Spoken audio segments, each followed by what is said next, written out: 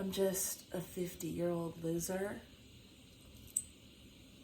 living at my mama's house because of my laziness. First of all, it's not my mama's house anymore. She died. My daddy left me this house. And one of my eldest brothers who molested me decided to try and steal it from me. No, we're not going to talk about that today. Now, everything was all good. I didn't become a 50-year-old loser living in my mama's house until my son's father decided to leave us high and dry the day before Thanksgiving. And now all of a sudden that he doesn't live here and he has a workers' compensation check in the bank. I'm just a 50-year-old loser. Everybody knows that you don't get a workers' compensation check by working. So during the whole time, I was the one working. When we moved back here in 2019 to take care of my mother who had dementia, at the same time, my estranged husband was dying and he asked me to be his caregiver. And I did it for my daughter's sake. I didn't want to be the person that was like, oh, you know, we're not together. I'm not helping him no more, blah, blah, blah. I wasn't going to be that trifling. I wasn't going to have my daughter later on able to say, you know, well, you didn't even help my dad, blah, blah, blah. I wasn't doing that. So I sucked it up, put on my big girl drawers, and I took care of him and my mother. After COVID came and my full-time job ended at Hobby Lobby because of COVID. So, and then by then I realized that my mother couldn't really be left alone with my daughter and my 2-year-old son at the time. So, because, you know, his father wasn't really in the picture all that much. And he had gotten a felony DUI, so, or a hit and run DUI, I don't know if it was a felony, but, so, you know, then he didn't have a car anymore. So here he is, unemployed, living at his grandmama's house. And him and I are trading off on weekends with our 2-year-old son. But I'm the loser. The whole time that my son's father and I were together, you know, in the beginning, I thought that he was, you know, paying the rent. When I first moved in with him, I was pregnant and, you know, he had a house. I mean, he didn't own it, but, you know, he was renting a house. So I thought, you know, like anybody, you know, that's grown, you think that the person that, you know, is grown that you're with, you know, that they're paying their own bills. But it wasn't until Thanksgiving time, later on in 2017, he slipped up and told me that his dad was the one actually paying the rent on the house that we lived in. His dad was sending him $1,000 a month for I don't even know how long. Probably it was maybe even before I moved in there, which was February of 2017. So it was almost the end of the year before he confessed to me that his dad was paying the rent. But I'm the loser. When I was pregnant at the age of 42, that was after my money ran out from my job and my boss screwed me out of unemployment. That was the brokest I had ever been in my entire life. Now, my son's father, in the meantime, a few months after I lost my job, he got fired. And so I had to apply for food stamps, which I did because I didn't have any way to buy anything for myself. And I had sold off some of my possessions and I had some jewelry, body jewelry from a prior business that I had. I was able to sell on eBay and get some money that way. And I remember a couple of times my cell phone got cut off. And my cell phone bill was only $40. Like that was the max. It was, you know, through Metro. So that was all it was going to be. And this guy, he didn't care. He let my phone get turned off. It it was my friend who I had lived with before I moved in with him. She actually tried to call me and was, couldn't get a hold of me, obviously. And so then she came over to see what was going on. And I was like, yeah, my cell phone's cut off. I don't have any money to turn it on right now. I mean, when you don't have $40 and you're a grown ass woman and having a baby for somebody and they don't even want to pay your cell phone bill for you, believe me, that's not a good feeling. And so she paid my cell phone bill for me a couple of times. My mom paid it for me another time. And I paid both of them back. I'm not the type to, not pay somebody back. I'm going to pay you back.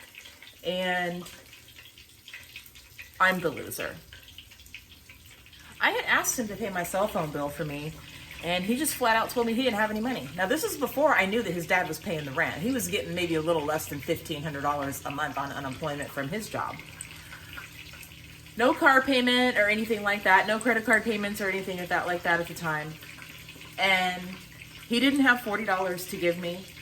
If you watch my other videos, I mentioned that he didn't buy me not one thing. He made fun of my underwear because they were getting stretched out. I was getting bigger and I didn't have any money to buy any new underwear and stuff. And he didn't buy me any maternity clothes, not a t-shirt, not a tank top, not anything to wear while I was pregnant with his son. But he did make fun of my clothing.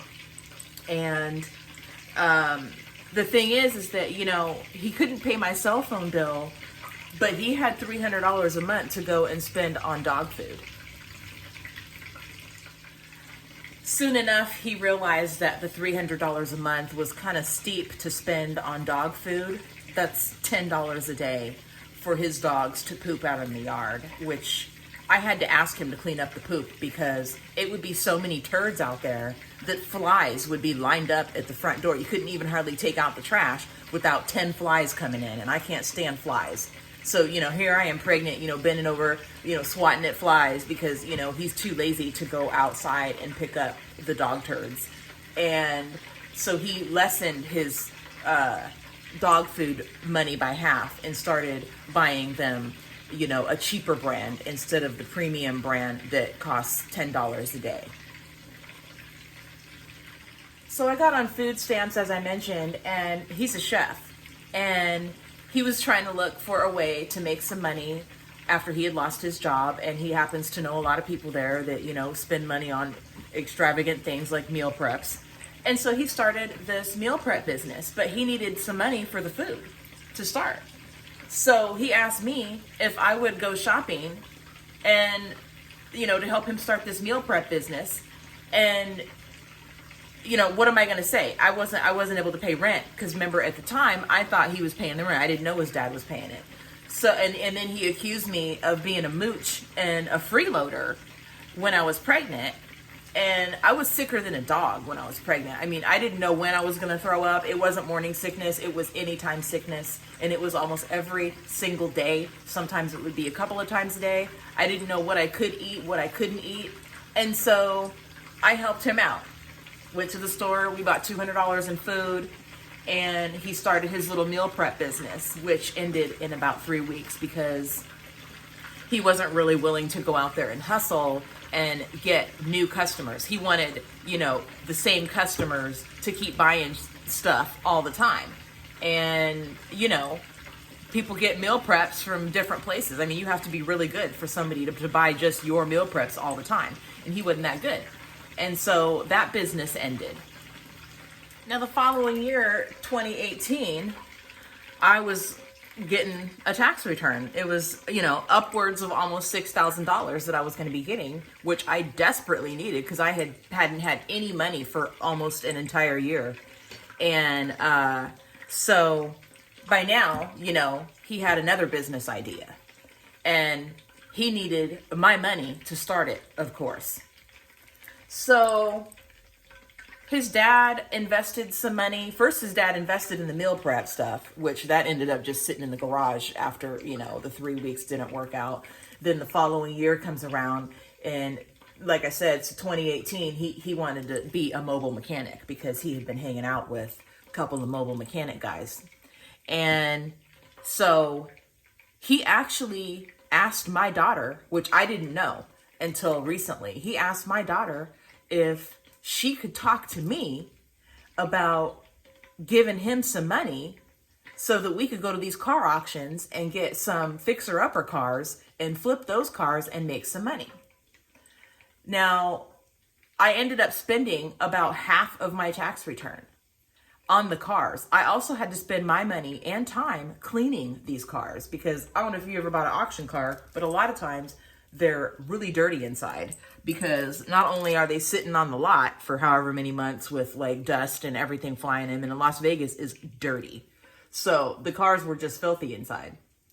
And so I had to clean both of the cars that we bought, actually all three of them. One of them we ended up not being able to sell for more than what we paid for it, because it just needed too much stuff. And so he got the cars, you know, we never flipped either one of them. Actually, I ended up cleaning both of them and paying for all of the parts and all the registration and whatever you have to pay after you buy the car at the auction. And then instead of flipping the cars, we drove the cars. He decided that he was going to really try his hand at mobile mechanic, and that lasted about 2.5 months until the weather got hot. And then he decided that he wasn't going to do that because it's just too hot. But I'm the loser. He told me that I should be happy to have the position of being able to stay home and make sandwiches and clean the house. Because, you know, like I mentioned, I had been getting free room and board and being a freeloader. So that was the least I could do. So after all of these things, I'm the 50-year-old loser. The second time that he put his hands on me, now I'm not sure if you have ever been grabbed by the ankle and yanked down the stairs, but that's what happened to me. And so you might be wondering, what did you do to deserve to be yanked down the stairs like a sack of garbage? Well, we had went to a party earlier that night. It was Labor Day weekend in 2019, and he had been back drinking. He's an alcoholic. And he's the type of alcoholic that it's not like he just gets lazy and doesn't want to do anything. He's the alcoholic that goes straight ape shit, okay? Like 0 to 1,000 after just a sip of alcohol. Literally, one sip is all it takes. And so we had been at this party and he had been drinking, and like some type of deal that he was doing later on in the evening, it didn't go through, and he tried to blame it on me. And if only I would have did such and such, then this would have worked out, but blah, blah, blah. And so he started yelling at me so violently that I decided to record it. And he didn't know I was recording this yelling session. I mean, this is like the kind of yelling where like spit is flying out of someone's mouth, like they are in a rage. I mean, it was very, very upsetting. And so we finally got home, and our daughters were downstairs watching TV. Our son, fortunately, was upstairs. I want to say it was probably around 9:30 or 10 o'clock, and he was sleeping, dead sleep. Thank goodness. So we were in the kitchen, and the living room was off of the kitchen, and his daughters, our daughters asked us, how did the night go? Because, we went to a party, so they assumed that we had had fun, which is what you should have when you're at a party. And the party itself was fun. It was an amazing party. Las Vegas is the life if you want to party. But when you're partying with someone who has a volatile personality and you add alcohol to it, it's not fun anymore. So once they asked me how my night went, I mistakenly, when I look back, I shouldn't have done this. But I did. I pushed the play button on the recording that I had made of him yelling at me so violently. And he flew into a fit and came into the kitchen, tried to get my phone. I snatched my phone in my purse and went around the corner and started racing up the staircase. And as I'm racing up the staircase, I'm probably about 10 to 12 stairs up. He grabs my ankle and yanks me down just like that. I mean, just as hard as you could possibly think to yank someone down the fucking stairs. And he gets on top of me. I'm squished in between the banister, which is right behind me, and he's squishing me on the stairs like he's trying to pop a melon. Like, that's how hard he was pushing down on me. I had bruises all up and down my legs, on my arms. He was trying to get my phone from me. So I had my phone in my left hand, and he grabbed my hand and bent it back so hard, so far, I can't even do it. Like, there's no way that a human would do this to themselves on purpose. But he bent my hand back so far that it almost broke in half. I'm not even joking. This part of my hand right here cracked open and started to bleed. That is how hard that he pulled my hand open to get my cell phone. And when he grabbed it from me, he ran away down the rest of the stairs and threw it into the corner until it just freaking shattered. The first time that he put his hands on me was Christmas Eve of 2018, and it was just moments before his dad arrived from the airport. And I had reminded him something that he didn't want to hear, because he's the type of guy that doesn't want to hear anything. He actually told me that he doesn't like hearing things. So I had said something wrong, which was all the time. I could never say anything right or anything in the right tone or any of the right words put together to appease him. So this particular morning, whatever it was I said set him off, and he decided that he was going to hold me captive in the bathroom. Wouldn't let me out. Like, would not let me out. Now, the bathroom door didn't lock, but he's way stronger than me. And I had been in a car accident a couple of years prior, so I was pretty injured, and I didn't have the strength that I had before this injury, or before this car accident happened. So his daughter and my daughter are both outside the bedroom. Now, he had locked our bedroom with a key, because it was the type of bedroom that the deadbolt locked only with a key. So they couldn't get in, and they heard me screaming, and I'm yelling, for my life, basically.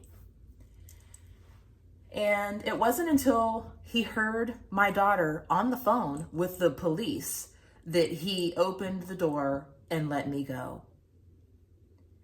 But what if she hadn't called the police? I really sometimes wonder what would have happened. Now, I don't want to know, but I just know that if that's what it took for him to get off of me and open the door and let me go, that it didn't really matter until he was forced. So the cops came, and by then he was gone. He chickened out and put his shoes on in a hurry. I mean, he hurried so bad down the stairs that he actually ended up hurting himself. Like, that's how scared he was of me pressing charges, which now that I look back, I should have, but I did not. And the police came over. I had to tell them what happened. They gave me all of the warnings that police give you when you're involved in a situation like that. And they asked me if I wanted to press charges, and I said that I didn't. But they wanted to talk to my daughter. So I don't really know what they said. I mean, that was, 8 years ago or 6 years ago that happened. And that was the first traumatic experience. So I guess these are the things that he wants me to believe. These are the kind of things that someone who is not very happy in their life tells you to tear you down. But you know what?